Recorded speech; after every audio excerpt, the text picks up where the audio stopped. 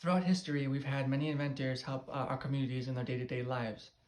Labate in 2016 has stated that even Romans were, quote, known for their remarkable engineering feats.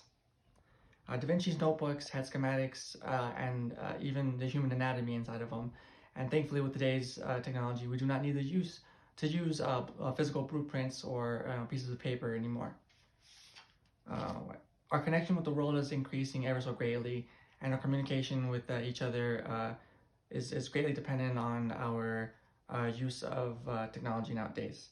And inventors have paved the way for us, and we need to do so. Uh, I've always been fascinated with cars and the way that different countries work on their patents and developing the same kind of vehicle in different ways. In 2016, I was involved in a car crash that left me paralyzed, and I would have been bedridden indefinitely had it not been for the use of computer-aided design. Uh, Today, I'll be talking to you about the practical applications of computer-aided design, or rather CAD. Firstly, I'll be going over the beginning history of CAD. Secondly, I'll be going over the handicap devices used to help assisted living for different kinds of disabilities. And thirdly, I'll be going over the structural development of buildings.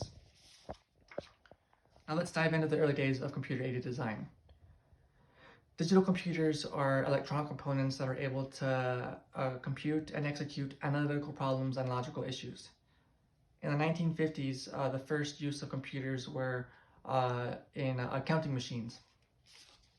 There had been earlier contributions in computers, but as stated from Michael and Emery in 1984, we are dating the first use of technology, or computer technology, in 1951. The cost of creating these computers had gone down, and the overall efficiency had gone up, making it more versatile for those wanting to implement it in their businesses. These businesses have used computers, and these computers were known as hardware, and the programs that they were able to run were known as software. These softwares were communication between these computers, known as 4-digit binary codes. The more complex the code would be, the more versatile that they would be able to complete tasks.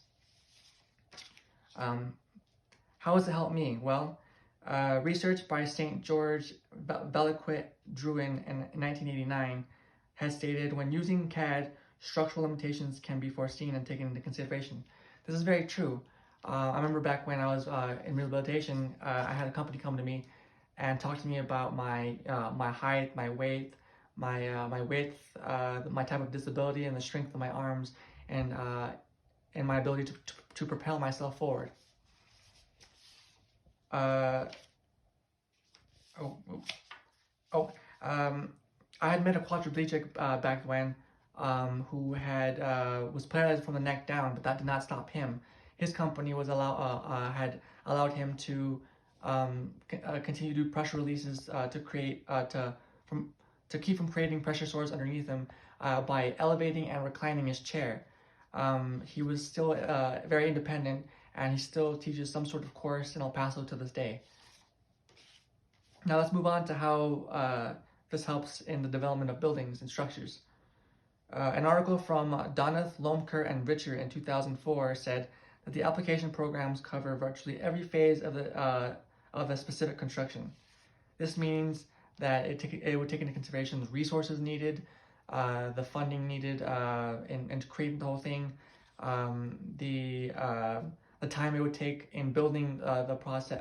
Each process would take a certain amount of time, so you would take into consideration everything, all the variables needed for the process of building a structure so large. And one of the examples of a large structure is the Burj Khalifa. It stands over 2,717 feet. At that elevation, one of the biggest problems that you have to face is wind. They would use computer-aided design to create wind tunnel simulations at different heights of the building to see if it could withstand throughout the years of harsh beatdown of just nature itself.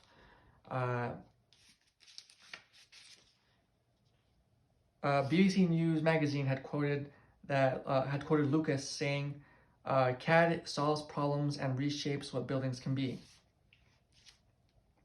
there seems to be no limit to what we can create in the use of computer-aided design. These have been very few examples of how we use it in our day-to-day lives. We have gone over how it first began, how it's helped me in my independence and those around me, and how we can use this tech in how we develop buildings. So if the next time you have a crazy product idea, please write it down. You can probably better the lives of yourself and those around you. Thank you.